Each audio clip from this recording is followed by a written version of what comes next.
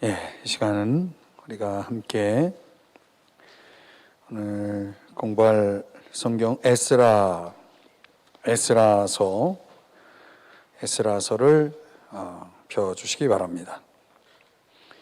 에스라, 느헤미야, 에스더 역사서 가운데 남은 세 권 오늘 함께 여러분들과 같이 배워보도록 하겠습니다.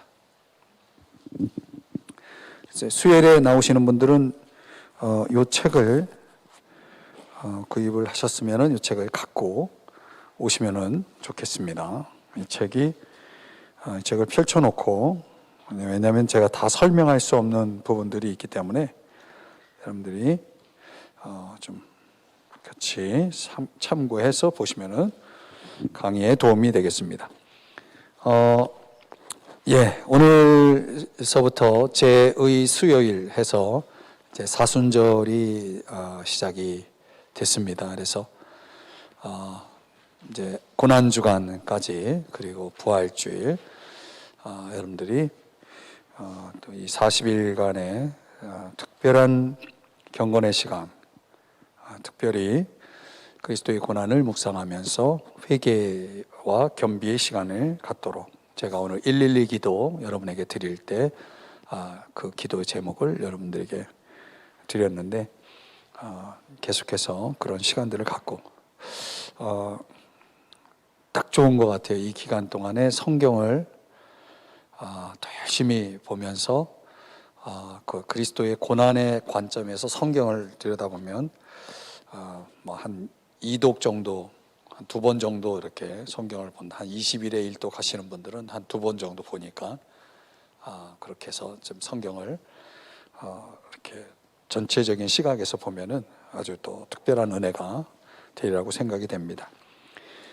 그리고 20% 참석이 가능하기 때문에 어쨌든 주중에 또 나올 수 있는 분도 좀 나왔으면 좋겠습니다. 오늘 이 영상으로 나중에 강의를 듣고 들으실 분들 좀 참고하셨으면 좋겠고요.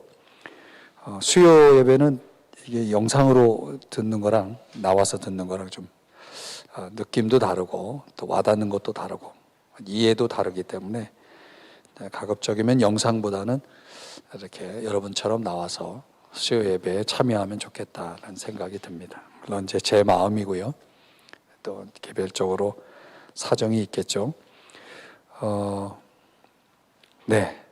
나머지 내용들 여러분들이 좀 보시면 되겠습니다. 내일 우리 교회가 속한 교단 그 지방회라고 보통 얘기를 하는데 우리 서울 경기권의 북부 쪽에 있는 교회들 한 105교회가 한 지방회로 이렇게 구성이 되어 있는데 지방회가 있습니다. 코로나 때문에 조금 빨리 이제 회의를 짧게 하는 걸로 해서 진행이 되는데 우리 목사님들이 참여하게 되고 우리 장로님도 2분이 참석하게 됩니다. 그래서 혹시 교회에 좀 여러분들이 도움이 필요해서 교회를 방문했을 때 문이 닫혀 있을 것 같아요. 어쨌든 좀 여러분들이 급한 전화들이 있으면 전화로 하시고 교회 업무를 또 행정적인 도움을 받기를 원하시거나 교회에 방문하실 분들은 오후에 늦은 시간에 조금 한 3시 이후로 연락을 하시면 좋겠다 이렇게 좀 여러분에게 말씀을 드립니다. 자, 이제 우리 잠깐 기도하고 오늘 함께 공부할 내용들 진도를 나가도록 하겠습니다. 사랑하신 주님, 주의 말씀 다시 한번 주님 앞에 말씀을 받고 듣고 배우기를 원합니다. 그 말씀 가운데 거하기를 원합니다. 우리의 눈을 열어서 주의 귀한 말씀 깨닫게 하시고 또 저희들에게 새로운 은혜로 하나님 채워주실 줄 믿고 예수님의 이름으로 기도드립니다. 아멘. 성경 잘 읽고 계시죠? 제가 전체적으로 보면 수요일에 오시는 분들은 성경을 그래도 잘 열심히 읽으시는 분들이 와 계시는 것 같고 또 성경을 잘 못 읽더라도 이 자리에 나와서 이렇게 들으시는 것만으로도 여러분에겐 또 큰 은혜가 되리라고 생각이 됩니다. 우리가 이제 그 성경의 구성을 보면은 가장 먼저 창세기서부터 신명기까지 창출, 래, 민, 신 이 5권을 모세오경이라고 얘기하죠. 그 모세오경의 주제는 하나님에 대해서, 하나님은 어떤 분이시냐, 하나님은 창조주이시고 하나님은 구속주, 구원자이시다, 이제 이런 창세기 출애굽기를 통해서 보여주고 있고, 또 그 하나님을 어떻게 만나고 예배해야 되느냐, 레위기를 보여주고 있고, 또 그 하나님과 어떻게 동행하며 살 것이냐, 광야의 무대와 또 풍요의 땅 가나안의 무대 속에서 어떻게 하나님을 믿고 따르고 섬겨야 되느냐, 이런 차원에서 민수기, 신명기가 이제 전개됩니다. 그런 성경적 기초 위에 이제 역사서라고 해서 여호수아서부터 오늘 우리가 이제 마무리할 에스더서까지 해서 총 12권의 역사서가 이제 그 다음 이어지는 거죠. 그 12권의 역사서를 보면은 제 책 이제 17쪽에 보면 성경의 집이라고 해서 이렇게 좀 약간 위쪽에 하나 이런 모양으로 된 것이 나옵니다. 이제 집 구조로 말하면 옛날 같으면 석가래라고 얘기하죠. 오늘날의 건축 구조물로 따지면은 일반적으로 이제 보라고 하는 그런 구조물은 잘 보이지 않죠. 왜냐하면 이렇게 천정에 마감재로 이렇게 가려져 있기 때문에. 이 보라는 것은 기둥과 기둥을 연결해서 건물을 지탱해 주는데 굉장히 중요한 구조를 가지고 있죠. 그래서 이제 여기에 흔히 이제 기초라는 것이 이제 형성이 돼 있고, 그래서 성경의 집이 잘 세워져 있는 것은 먼저 기초라고 하는 모세오경, 창출, 래, 민, 신의 5권이 기초를 잘 잡아주고 있고, 또 이 집을 지탱하기 위해서 또 중요한 것은 기둥이죠. 기둥이 크게 2개가 올라가고 있는데 그 기둥 중에 하나가 역사서입니다. 또 이쪽의 기둥은 선지서고요. 그래서 우리가 이제 구약 성경을 보면 이쪽에 12권,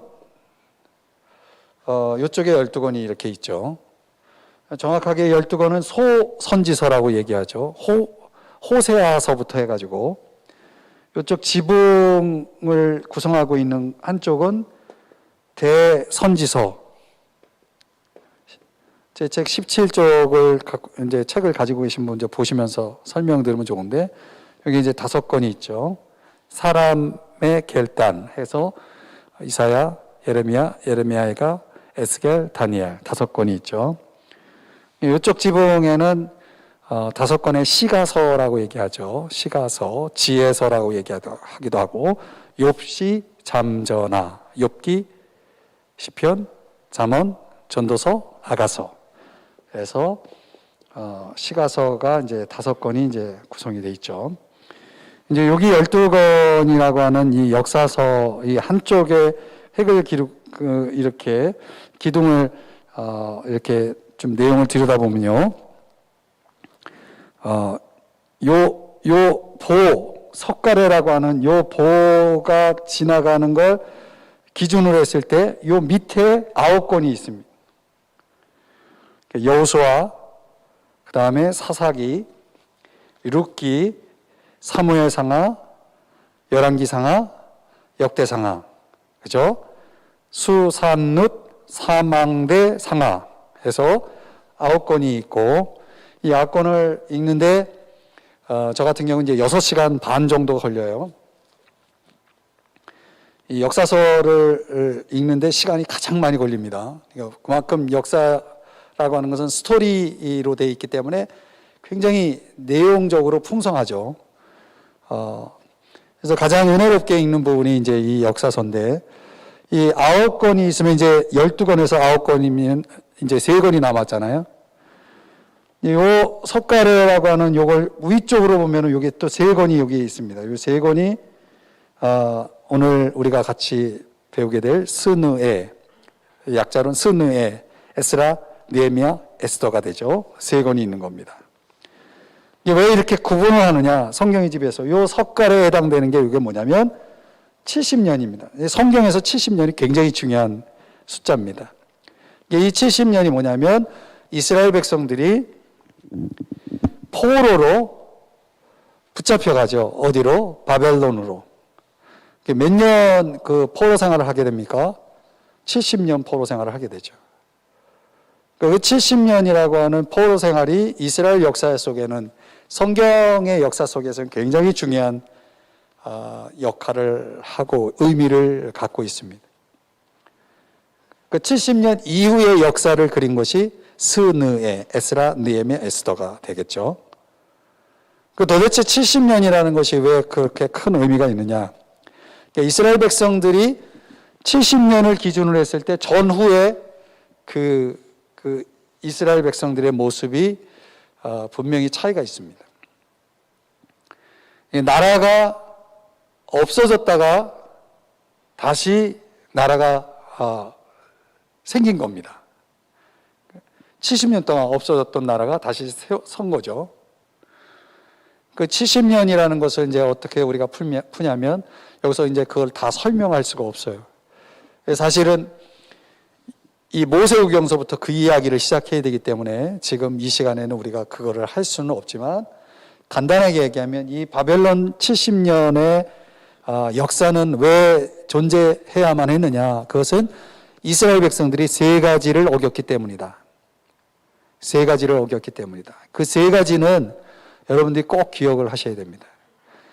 하나님이 선택한 소위 말하는 선민이라고 하는 이스라엘 백성, 하나님의 백성, 성경에는 출애굽기에는 내 아들이라고 표현했고 내 장자라고 표현했던 그 나라를 하나님이 이 지구상에 존재하는 모든 나라 가운데 가장 사랑할 만한 가장 귀한 존재인 이스라엘 나라를 그냥 버리셨죠. 심판하셨죠. 그 이유가 3가지 때문이다. 첫째는 우상숭배. 하나님이 가장 싫어하는 우상숭배. 두 번째가 도덕적인 타락. 도덕적인 타락. 이거는 여러분들이 이 12권의 소선지서, 5권의 대선지서, 17권을 읽어보면 끊임없이 반복되는 죄악이 우상숭배고 도덕적인 타락입니다. 우상숭배는 하나님과의 관계에서 하나님과의 관계를 깨는 거고, 도덕적인 타락은 인간과의 관계를 깨는 겁니다. 다시 말하면 율법을 10계명을 두 개로 요약하면 뭐죠? 하나님 사랑, 이웃 사랑이죠. 그러니까 하나님 사랑을 깬 게 우상숭배입니다. 그러니까 하나님을 사랑하지 못하는 사람들이 빠지는 게 우상숭배죠. 그러니까 우상숭배는 다른 말로는 하나님을 사랑하지 않는 게 우상입니다. 하나님을 사랑하지 못하는 게 우상이죠. 인간관계를 깬다는 이웃사랑이죠. 이웃사랑. 이웃사랑을 깨므로 인해서 도덕적인 그런 타락을 이제 하게 되는 거죠. 그래서 3번째 이 석가래 보호가 70년을 하나님이 허락하신 이유는 뭐냐면 안식일을 깨는 겁니다. 안식일을 어기는 겁니다. 이 안식일에 대해서 정말 여러분들이 깊이 깨달아야 됩니다. 그래서 이제 안식일을 깨고, 이 안식일을 깬다는 게 결국은 뭐냐면, 하나님이 왜 이스라엘 백성들에게 안식일을 주셨을까요? 안식일의 개념이 뭡니까? 너희들 아무 일도 하지 말라는 거 아닙니까? 일을 왜 합니까? 일을 하는 이유가 뭐죠? 우리 흔히 말하면 이제 먹고 살기 위해서 일을 하잖아요. 그죠? 일이라는 건 생산적인 거죠. 생산을 해서 내가 살아야 된다는 거죠. 근데 하나님은 그 모든 생산하는 일들을 스톱하라는 거예요. 그렇게 안식일을 제정하신 근본적인 이유는 뭐냐면 하나님 중심입니다. 하나님 중심. 하나님을 기억하게끔 하는 겁니다. 그러니까 이스라엘 백성들의 삶에 있어서 가장 중심은 하나님입니다. 그러니까 많은 사람들이 하나님을 잊어버리죠. 왜 잊어버립니까? 지난 주일에 만몬주의를 극복하라고 그랬죠. 만몬주의. 하나님을 잊어버리게 하는 게 만몬이죠. 물질주의죠. 그러니까 안식일은 하나님이 약속하셨어요. 너희들이 안식일이 쉰다고 너희들 굶어 죽지 않아. 너희들이 이틀 동안, 그러니까 6일째하고 안식일을 쉬면 6일째, 7일째까지 해서 요거를 내가 책임져 줄게. 그날 쉬어. 그리고 너희들이 나한테 와서 제사를 지내라. 예배를 드려라. 이거죠. 그러니까 이스라엘 백성들이 안식일을 깨면서 결국은 하나님 중심에서 자기 중심으로 가는 거죠. 물질 중심으로 가고. 신본주의가 인본주의로 가는 겁니다. 이건 뭐 여기서 그런 얘기를 다 할 수는 없고, 어쨌든 이 세 가지가 하나님이 이스라엘 백성들을 바벨론 포로 70년을 갖게 한 이유가, 근데 그들이 돌아와서 한 일이 뭐냐면 성전을 재건하는 일 하고 성벽을 재건하는 일을 하죠. 그러나 더 근본적으로 그들에게 있어서 아주 중요한 여러 가지 부속적인 사건들이 일어나면서 오늘 우리가 공부하게 될 세 권의 책을 통해서 저와 여러분이 깨달아야 될 것은 뭐냐면, 이 70년이라는 세월을 통해서 이스라엘 백성들이 그 역사 속에서 배운 교훈이, 그들이 돌아와서 새로운 이제 시대가 열리고 새로운 세대들이, 그 포로 생활을 마치고 돌아온 귀한 세대들이 어떤 모습을 보이냐를 보면은 근본적으로 인간이 어떤 문제를 가지고 있는지를 이제 여러분들에게 설명드릴 수 있을 것 같아요. 지금 제가 시간 관계상 많은 부분들은 좀 생략하고 설명을 드렸지만은, 여러분들 구약 성경을 읽어 나가다 보면요, 하나님이 아주 중요하게 다루는 주제가 있어요. 계속 이 중요하다는 건 뭘 얘기하냐면 반복한다는 거예요. 말씀을 반복해요. 말씀을 반복한다는 건 굉장히 중요한 거예요. 그래서 자주 등장하는 단어, 자주 등장하는 표현, 그 어떤 그 하나님께서 이 말씀을 기억하기를 원하는 것들에 대해서는 거듭 강조하시는 내용들이 나와요. 이제 그거를 성경을 많이 읽다 보면, 여러분들이 성경을 많이 읽다 보면 1년에 한 번 읽는 사람들은 그런 거 모르고, 적어도 1년에 5번 정도 읽는 사람들은요, 그게 슬슬 보이기 시작해요. 예를 들어서 이제 이철희 목사도 강의를 하다 보면은 계속 반복적으로 사용하는 단어들이 있거든요. 그 반복적으로 사용한다는 건 뭐냐면, 저한테 배어 있는 거예요, 그게. 배어 있다라고 하는 것은 그것이 제 안에서 중요하게 생각하는 어떤 그런 차원이 있는 거죠. 이제 여러분도, 여러분 안에도 그런 것들이 있을 수 있어요. 자, 그래서 여러분들이 이제 성경을 읽어 나가면서, 이거 며칠 전에 본 것 같은데, 이 말씀을. 그러면 여러분들이 그걸 찾아낼 수 있어야 되겠죠. 내가 지금 1장 2절을 읽었는데 2절 말씀이 꼭 전에 있었던 것 같은데, 그럼 빨리 돌아가서 그 구절을 찾아낼 수 있는 정도로 여러분들이 성경에 익숙해져 있어야 돼요. 성경에 익숙한 만큼 여러분들은 은혜를 많이 받게 돼 있어요. 왜냐하면 묵상이 되기 때문에. 오래 기억할 수 있다는 건 은혜거든요. 성경을 제가 이제 이렇게 다독을 자꾸 강조하는 이유가, 어떤 분들은 우리를 자꾸 귀찮게 한다, 이제 뭐 좀 안 좋게 생각할 수도 있겠지만은 다 이유가 있습니다. 익숙해질 때까지는 좀 무식하게, 어떻게 보면은 정말 무식하다는 말 들을 정도로 정말 성경을 그렇게 막 덤벼들어야 돼요. 그냥 달려들어야 돼요. 그래서 열심히 읽으시기 바랍니다. 제가 이제 얼추 장담할 수 있는 거는 한 10독 정도까지 하신 분들은 이제 성경이 이제 뭔가 이렇게 이제 나랑 좀 친해졌다, 이런 느낌을 좀 받을 수 있을 거예요. 10독 정도 하신 분들은. 올해 안에는 하여튼 여러분들이 꼭 그렇게 했으면 좋겠어요. 한 달에 한 번만 보면 10독 가능하죠. 이제 스네 에스더서 서부터 좀 설명을 해보면, 1장서부터 6장은 어떤 내용이냐면, 제가 나눠드린 여러분 인셈을 보시면은 아시겠지만, 하나님이 고레스 왕, 고레스 왕을 감동을 해요.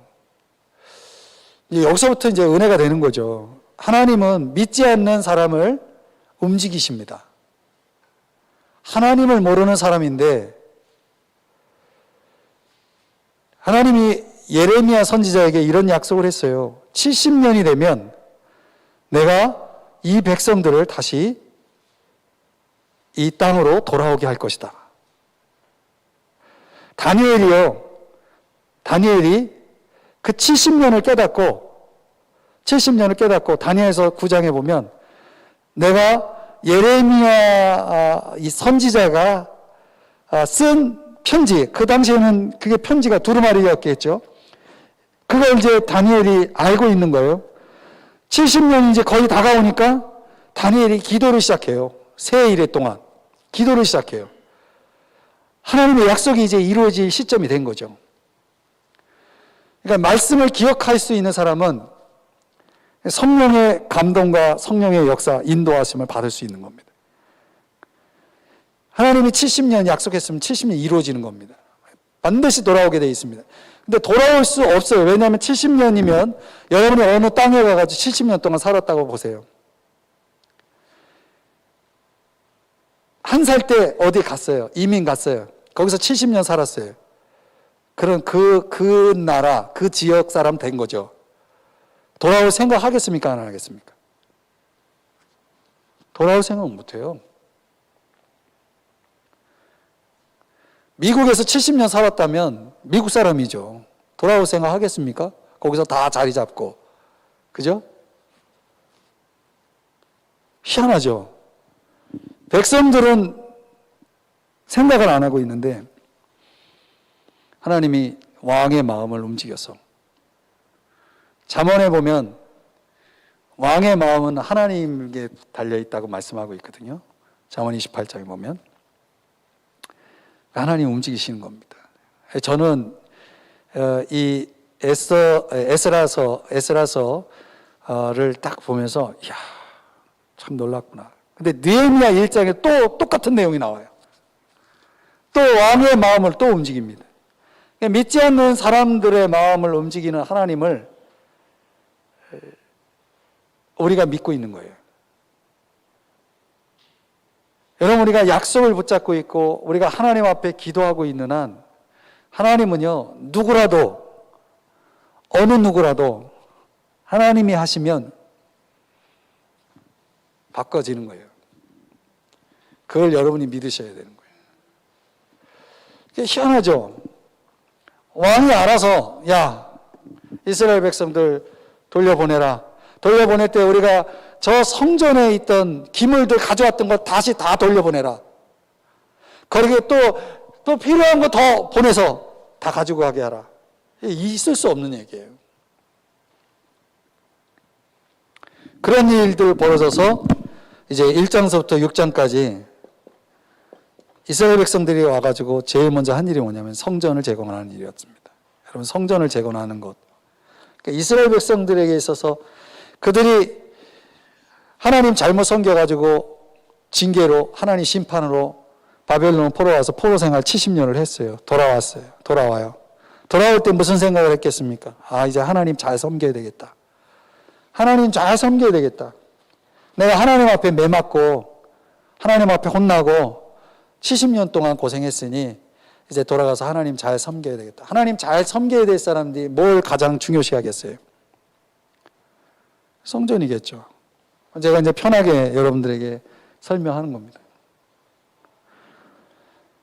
여러분이 이제 여러분의 인생 속에도 그런 게 있을 수 있죠. 하나님 앞에 내가 하나님 앞에 죄를 범하고 하나님 앞에 예를 들어서 이제 하나님의 징계, 하나님 앞에 혼이 났어요. 그럼 정신을 차렸어. 그럼 내가 이제 하나님 잘 섬겨야 되겠다 해요. 하나님 잘 섬기겠다고 했을 때 그런 마음을 먹자 그런 마음을 싫어하는 존재가 있습니다. 이제 이 성전 재건을 방해하는 방해꾼들이 꼭 있습니다. 방해꾼들이 꼭 있다는 거예요. 근데 이 방해꾼으로 인해서 성전 건축이 멈춰집니다. 성전 건축이 이제 멈춰집니다. 여러분, 우리가 아무리 결심해도요, 우리 결심이 작심삼일 될 경우가 많아요. 어떤 영향에 의해서, 어떤 역사에 의해서 우리가 영적으로 어떤 결심을 하고 어떤 일들을 진행할 때 틀림없이 그거를 가로막는 것이 있습니다. 여러분이 성경 읽기 해야 되겠다. 틀림없이 그걸 방해하는 어떤 일들이 일어납니다. 그걸 이겨내야 되는 거예요. 이겨내야 되는데 어떻게 이겨냈냐면, 여러분이 이제 보시면 알겠지만 소선지서에 뭐가 있냐면 학개, 스가랴, 말라기라고 하는 성경이 있죠. 거기에 학개, 스가랴 선지자 두 선지자가 일어나서 너희들 이게 뭐 하는 것이냐? 왜 성전 건축을 멈췄느냐? 그러면서 학개 선지서를 여러분이 읽어보면 아시겠지만, 아니 너희 집은 지금 잘 지어진 집에서 지금 지내고 있는데 성전 지금 저렇게 지금 제대로 성전이 지금 되어 있지 않는 이 상태로 그냥 내버려 두는 것이 너희들의 행위가 옳으냐? 이 학개서에서 이제 그 얘기가 나옵니다. 그래서 어떻든 선지자들의 백성들의 마음을 깨워가지고 다시 성전을 짓게 되죠. 그래서 완성이 되죠.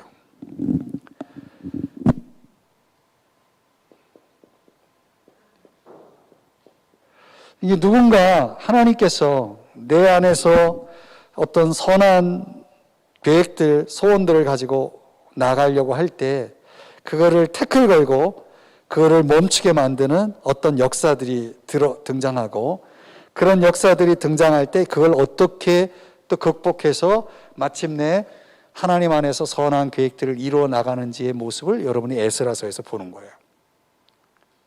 그때 하나님이 보낸 말씀의 선지자들이 역할을 하죠. 오늘날 우리들의 마음을 그렇게 깨워주고 우리의 잘못됨을 지적하고 우리를 바로 하나님 앞에 서게 하는 하나님의 말씀 사역자들을 통해서 많은 영혼들이 다시금 하나님이 원하시는 삶으로 나아가는 것은 다 그런 이유 때문입니다. 그렇게 해서 성전이 다시 세워졌을 때 그들은 정말 얼마나 기뻤는지 모릅니다. 그 내용이 다 나오죠. 근데 7장서부터 10장까지 어떤 일이 벌어지냐면, 여기에 에스라라고 하는 학사, 학사면서 제사장이죠. 이 에스라가 율법 학자입니다. 학자가 이제 내가 하나님 말씀을 가르쳐야 되겠다 이렇게 결심하고 자기가 연구하고 또 준행하면서 말씀을 가르쳐야 되겠다 이제 이렇게 결심을 하게 되죠. 이 앞에서는 수룹바벨이라는 사람에 의해서 정치 지도자인 수룹바벨에 의해서 1차, 2차 귀환한 사람들에 의해서 이루어지고 에스라에 의해서 다시 또 귀한 자들이 또 같이 움직이죠. 여러분들이 이제 7장서부터 10장 읽을 때 요 대목을 꼭 딱 이 포인트를 잡으셔야 되는 게 뭐냐면 에스라가 이제 사람들과 같이 이제 귀환길에 오르게 되는데 뭐 비행기 타고 가는 게 아니라 기차 타고 가는 게 아니라 도보죠. 그 긴 여행을 가는 데 있어서 이제 8장에서 그런 얘기를 합니다. 왕한테 아주 특별한 특혜를 받고 있었던 사람이에요. 이 에스라는 구하는 걸 다 받을 수 있는 사람인데 내가 왕에게 우리가 무사 귀환할 수 있도록 보병들, 왕의 군사들을 동원해서 왕의 군사들의 보호를 받고 돌아갈 수 있는 이런 특권을 가지고 있는 사람인데 그걸 부끄러이 여겼다. 왕에게 그런 것들을 구하는 것을 부끄럽게 생각했다. 그러면서 그가 하나님의 이런 용어가 많이 나옵니다. 하나님의 손 얘기가 나옵니다. 하나님의 손길. 그러니까 여러분들이 이런 건 이제 성경을 읽어 나갈 때 그런 것들을 조금 찾아서 읽어 나갈 수 있어야 됩니다. 그래서 8장 제가 한번 성경 한번 보죠. 조금 요거는 한번 체크하고 넘어갈게요. 자, 8장 21절 한번 가보면 그 앞에도 이제 선한 손에 대한 얘기, 하나님의 하나님도 손이 있어요. 자, 한번 보시죠. 21절. 자, 성경 펴고 계시죠? 그때 내가 아하와 강가에서 금식을 선포하고 우리 하나님 앞에서 스스로 겸비하여 우리와 우리 어린 아이와 모든 소유를 위하여 평탄한 길을 그에게 강구했으니 평탄한 길에다 밑줄을 치시고 22절 이는 우리가 전에 왕에게 아뢰기를 우리 하나님의 손 나오죠. 이 손을 여러분이 주목해야 됩니다. 어떤 때는 의로운 오른손, 이사야서는 의로운 오른손이라고 하는데 하나님의 손이 어떤 일을 하는지 한번 보세요. 자기를 찾는 모든 자에게 선을 베푸시고 이게 이제 하나님의 손입니다. 하나님을 찾는 자들에게 움직이는 손이 있어요. 그 손이 뭘 하냐면 제가 계속 읽을게요. 자기를 배반한 모든 자에게는 권능과 진노를 내리신다 하였으므로 길에서 적군을 막고 우리를 도울 보병과 나병을 왕에게 구하기를 부끄러워하였습니다. 23절 그러므로 우리가 이를 위하여 금식하며 우리 하나님께 간구하였더니 그의 응답하심을 입었느니라. 여러분들 이런 성경을 보면 막 가슴이 뛰지 않아요? 인간적으로 왕한테 구하면 그 이상도 얻을 수 있는 사람인데 이걸 부끄러이 여기고 하나님께 맡겼다는 거예요. 인간에게 도움을 구할 수 있는데 근데 여러분 역사서를 보면은 물을 만한 신이 없느냐 하면서 아시아 왕을 하나님이 책망하시고 그에게 하나님이 심판하시는 것 장면을 보잖아요. 그러니까 하나님께 손을 내미는 사람이 있고 인간에게 손을 내미는 사람이 있는데 이 에스라는 하나님께 손을 내미는 거예요. 하나님 책임져 주세요. 하나님이 그 손을 잡아주는 거죠. 그렇게 해서 결론이 어떻게 나느냐. 31절 첫째 달 12일에 이제 시간이 이제 많이 흘렀죠. 우리가 아하와 강을 떠났어요. 그렇게 떠났어요. 하나님께 맡기고 부탁하고 예루살렘으로 갈 때 우리 하나님의 손 또 나와요. 우리를 도왔죠. 어떻게? 대적과 길에 매복한 자의 손에서 건지신지라. 분명히 이런 위험이 있기 때문에 왕에게 도움을 구해서 갔어야만 했지만 그걸 부끄러이 여겼다는 건 뭡니까? 아니, 우리 하나님을 믿는 우리가, 하나님의 백성인 우리가 왕보다 못한 하나님을 내가 믿는 것도 아닌데 왕보다 못하겠느냐. 왕이 보병을 보내가지고 왕의 보호를 받고 가면 왕에게 감사해야 되겠지만 우리를 보내시는 하나님, 왕보다 높으신 하나님이 우리를 지키시는 게 더 안전하다 생각한 거죠. 그대로 되잖아요. 그대로 된 거예요. 이런 하나님을 경험해야 신앙이 바뀌는 거예요. 이런 하나님을 알아야 신앙생활답게 하는 거죠. 오늘날 하나님이 해야 할 역할을 인간이 하기 때문에 하나님을 경험할 기회가 없어요. 하나님을 경험하지 못한 사람들이 너무 많아요. 왜? 인간이 다 하잖아요. 근데 실제로 인간의 역할이 닿지 않는, 인간의 역할이 없는 곳에서는 기적이 많이 일어나요. 하나님밖에 없으니까 무조건 기도하고 하나님 도와달라고 하잖아요. 그럼 거기는 기적이 많이 일어나요. 아십니까, 여러분? 이제 이런 거를 여러분들이 이런 성경을 보면서 이게 진정한 성전이라는 게 뭡니까? 성전은 뭐 하는 곳이에요? 성전은 예배하는 곳이라고 생각하시죠. 성전의 근본적인 개념은 하나님입니다. 하나님이 계신 곳이 성전이에요. 하나님이 없는 곳에는 건물이 성전이라도 성전이 될 수가 없어요. 그래서 하나님의 영광이 떠나면, 성전에서 하나님의 영광이 떠나면 이 성전은 건물이 되는 거예요. 교회도 마찬가지예요. 하나님이 임재하시고 하나님이 함께 하시는 교회가 아니면 그 교회는 교회가 아니고 건물일 뿐이에요. 에스라서는 진정한 성전이 뭔지를 보여주는 거죠. 하나님은 성전에만 계십니까? 대답해 보세요. 하나님은 성전에만 계십니까? 그래서 여러분이 삼성중앙교회 건물에 들어와가지고 하나님 만나고 돌아가면 하나님은 여기만 계시니까 그 다음에 이제 하나님은 없는 겁니까? 그거 아니잖아요. 하나님의 손이 얼마나 길게 뻗을 수 있는지 아세요?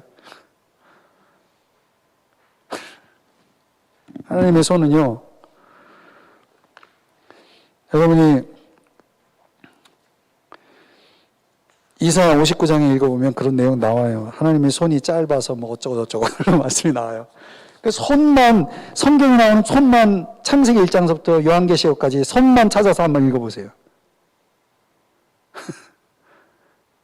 이 성경을 많이 읽고 다독하시는 분들은 재미있는 묵상을 할 수 있는 소재들이 너무 많아요. 자, 그래서 묵상 질문에 보면은 여러분들 거기 나오죠. 하나님의 일은 무엇으로 이루어지는가? 그 답이 뭐냐면 하나님의 손이에요. 하나님의 일은 무엇으로 이루어져요? 하나님의 손으로 이루어져요. 영적인 보응을 위해서 필요한 요소는 뭐냐? 그 질문이 있나요? 있죠. 5장 7장에서 그 답이 뭐냐면 여기 말씀이고 에스라가 이제 그 해답을 가르쳐 주죠. 여기에 영적인 리더가 그것을 이루게 되죠. 그리고 결국은 뒷부분에 가보면 여러분이 잘 아시다시피 에스라가 기가 막혀가지고 수염을 뽑는 사건이 벌어지죠. 아무리 성전을 지어놓으면 뭐합니까? 성전에 들어와 있는 사람들이 바뀌지 않으면, 성전에 들어와 있는 사람이 바뀌지 않으면 성전은 성전이 될 수가 없는 거예요. 이게 근본적인 성전은 이런 외형적인 성전이 아니라 우리 마음속에 있는 성전이에요. 이제 그거를 여러분들이 이 에스라서에서 탁 깨달아야 돼요. 수염을 뽑으면 얼마나 아플까요? 얼마나 에스라가 기가 막혔으면 그렇게 하나님 앞에 얻어맞고 70년 고생해서 겨우 하나님 봐줘가지고 이제 돌아온 그들이 또 한 짓이 70년 포로 잡혀간 그 짓을 또 해요. 그러니까 여러분, 이스라엘 백성들의 모습을 보면서 누가 보여요? 제가 유도 질문한 건 아닌데 누가 보이냐면 내가 보이지 않아요? 느헤미야에서는 여러분들이 뭘 찾아내야 되냐면, 느헤미야는 한마디로 여러분들이 보시면 이 기도의 사람이에요. 기도. 그래서 느헤미야를 읽으면 13장을 읽으면서 계속해서 여러분들이 느헤미야의 기도를 주목해 보세요. 느헤미야의 기도. 여기에도 느헤미야가 기도하면서 어떤 기도를 하는지 한번 느헤미야 1장을 한번 보시면, 빨리 가볼게요. 느헤미야 1장 11절. 느헤미야 1장 11절. 주여 구하오니 귀를 기울이사 종의 기도와 주의 이름을 경외하기를 기뻐하는 종들의 기도를 들으시고 오늘 종이 형통하여 이 사람들 앞에서 은혜를 입게 하옵소서. 지금 이제 기도하고 있는 거예요. 1장 전체가 기도예요. 하옵소서 하였나니 그때에 내가 왕의 술관원이 되었느니라. 그러니까 술관원이라는 것은 이 오늘날로 얘기하면 비서실장의 격이에요. 왕이 마시는 술에 독이 있는지 없는지를 옆에서 다 테스팅해서 왕이 이 술은 마셔도 된다라고 하는 것을 이렇게 목숨을 걸고 왕 곁에서 보좌하는 그런 격의 관원입니다. 오늘 종이 이 사람들 앞에서, 그러니까 왕을 포함해서 은혜를 입게 하옵소서 이렇게 기도를 하고 한 4개월이 지난 후에 2장으로 넘어와서 드디어 왕의 마음이 움직입니다. 2장 2절에 보면 얼굴에 수심이 있느냐 이렇게 물어요. 그 당시에는 배경적으로 설명드리면 옆에 있는 그 신하가 얼굴 표정이 바뀌었다 그러면 왕이 왜 그러냐 이렇게 묻는 게 아니고 얘 붙잡아가라, 죽여라 이렇게 하는 시대예요. 그래서 수심이 변해 있으니까 왕이 화를 내야 되는데 오히려 화를 안 내고 너 왜 오늘 좀 뭐 걱정이 있냐? 이렇게 묻는 거예요. 그때 여러분들이 이걸 딱 잡아야 돼요. 4절. 왕이 내게 이르되 그러면 내가 무엇을 원하느냐 하시기로, 그 다음이 중요한 단어가 하나 나와요. 내가 곧 하늘의 하나님께 묵도하고, 여러분 다 같이 묵도하심으로, 여러분 성경에 묵도라는 단어가 여기에 나와요. 묵도가 뭡니까? 묵도가 무슨 뜻이냐면 속으로 하는 기도예요. 속으로 하는 기도예요. 속으로. 우리가 흔히 묵상기도 뭐 이런 표현을 많이 쓰는데 이 묵도라는 것은 말하자면 침묵기도예요. 소리 내지 않고 속으로 하는 기도를 묵도라고 얘기하죠. 속으로 하는 기도. 느헤미야가 어떤 사람이냐면 이걸 잘하는 사람이에요. 누구랑 대화하면서 기도를 해요. 하나님 앞에. 하나님, 빨리 제가 뭐라고 대답해야 돼요? 순간적으로. 그래서 이 느헤미야의, 제가 숙제를 내드릴게요.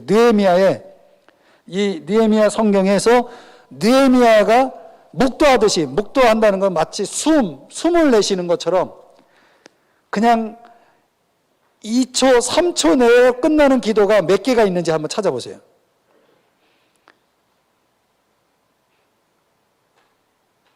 이미 답을 알고 있는 분은 이런 기도가 굉장히 자주 나와요.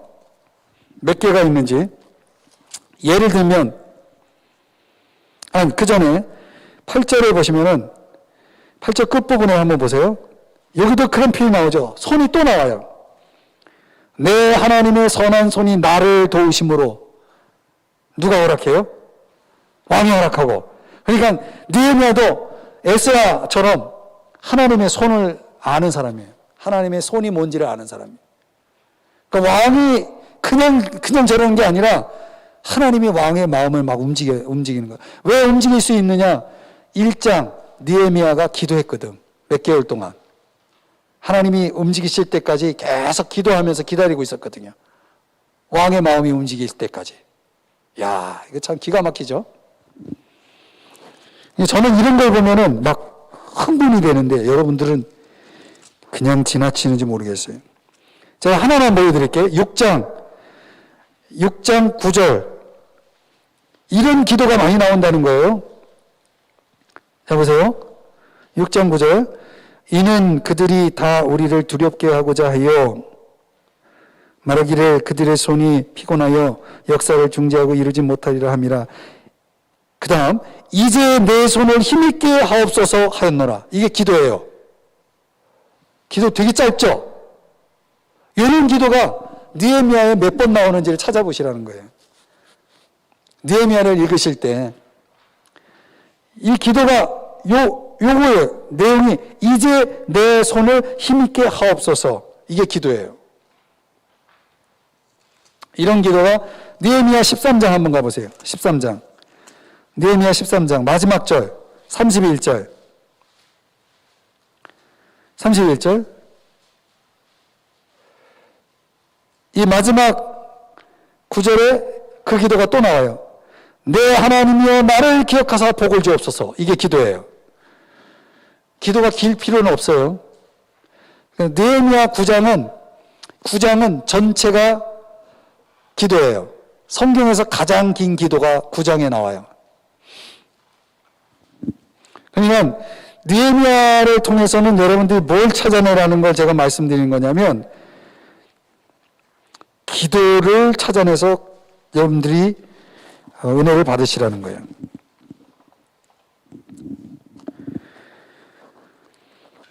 그 묵상 질문에 보시면은 느헤미야에 나타난 신앙 부흥의 요건은 무엇인가? 말씀. 느헤미야에 어마어마한 부흥이 일어나는데요. 이 8장에 보면은 8장 전체가 뭘로 채워져 있냐? 말씀으로 채워져 있어요. 말씀. 얼마나 말씀을 많이 읽는지 6시간 동안 서서 읽어요. 6시간 동안 서서 한 자리에서 화장실도 안 가고 6시간 동안 서서 성경을 읽어요. 그리고 성경 다 읽은 다음에 목사님 찾아가가지고 성경 공부해요. 그리고 그것도 모자라서 다음날 또 찾아가서 목사님한테 성경을 또 배워요. 옛날로 말하면 부흥회. 부흥회 같이 이렇게 하는 거예요. 그래서 어마어마하게 말씀이 채워진 다음에 9장에서는 사람들이 함께 모여서 기도해요. 기도. 그리고 10장에 가서 뭐 하냐면은 하나님께 언약을 맺어요. 이게 말씀, 기도, 언약. 오늘날로 얘기하면 이게 뭐냐면 결단이에요. 우리 교회가 지금 말씀 읽기, 무지막지하게 성경 읽자. 1년에 20도 가자. 말씀으로 꽉 채워진 사람이 기도를 하면 이 기도의 핵심이 뭐냐면 정말 말씀이 들어간 사람들이 어떤 기도를 많이 하는지 아세요? 이게 회개 기도예요. 이 9장은 회개 기도예요.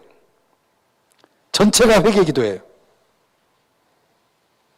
그러니까 말씀이 들어가는 사람들은 회개 기도를 많이 하게 돼 있어요. 그러니까 회개 기도하고 나서 뭐예요? 결단을 해요. 이래서 뭐가 일어나요? 숨은 광장 소위 말하는 부흥이 일어납니다. 부흥.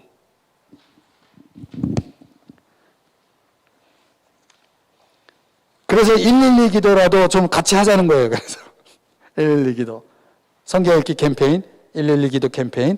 그리고 여러분들이 각자 결단하면 여러분 개인적으로도 부흥이 일어나고 우리 삼성중앙교회도 부흥이 일어나고 지금 제가 아는 목사님들이 제가 112 기도를 얘기했더니 자기 교회도 하고 싶다고 그거 기도문 보내달래요. 그래서 제가 보내드리고 있어요. 그 교회도 같이 하고 있어요, 지금. 그래서 우리가 대한민국의 우리 한국교회 112 기도를 같이 한다 그러면 더 큰 역사가 일어날 것 같은데 아쉽지만은. 그 다음에 이제 에스더서는요 그냥 간단하게 한마디만 하고 끝낼게요. 에스더서 안에는 여러분들이 눈을 크게 뜨고 하나님의 이름이 나오는지 한번 찾아보세요. 하나님의 이름. 하나님의 하자라도 나오는지 한번 보세요. 에스더서에 보면은 하나님의 하자도 안 나와요. 하나님의 이름이 없는 책이에요. 근데 하나님의 이름은 없는데 에스더서는 1장부터 10장까지 하나님으로 꽉 채워 있는 책이에요.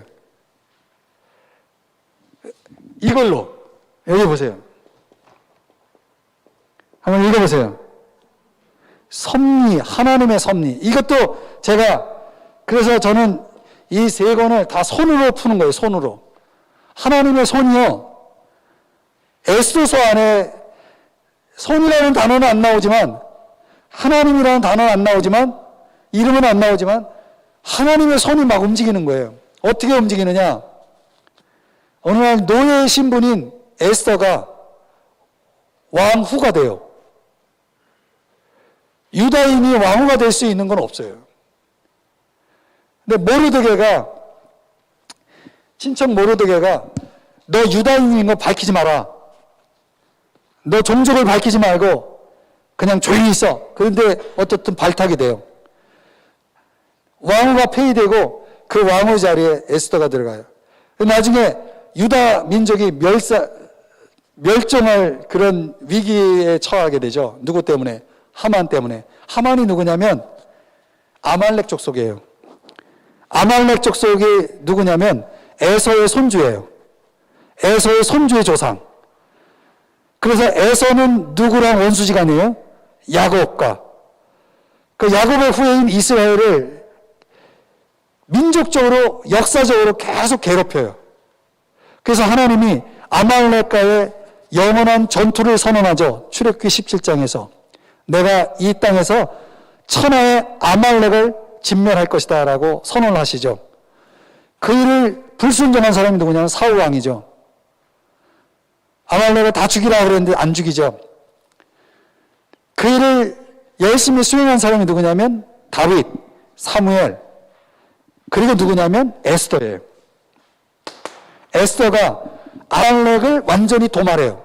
그래서 성경에서 아말렉이 없어진 시점이 에스더서예요. 에스더 이후는 아말렉이 없어요.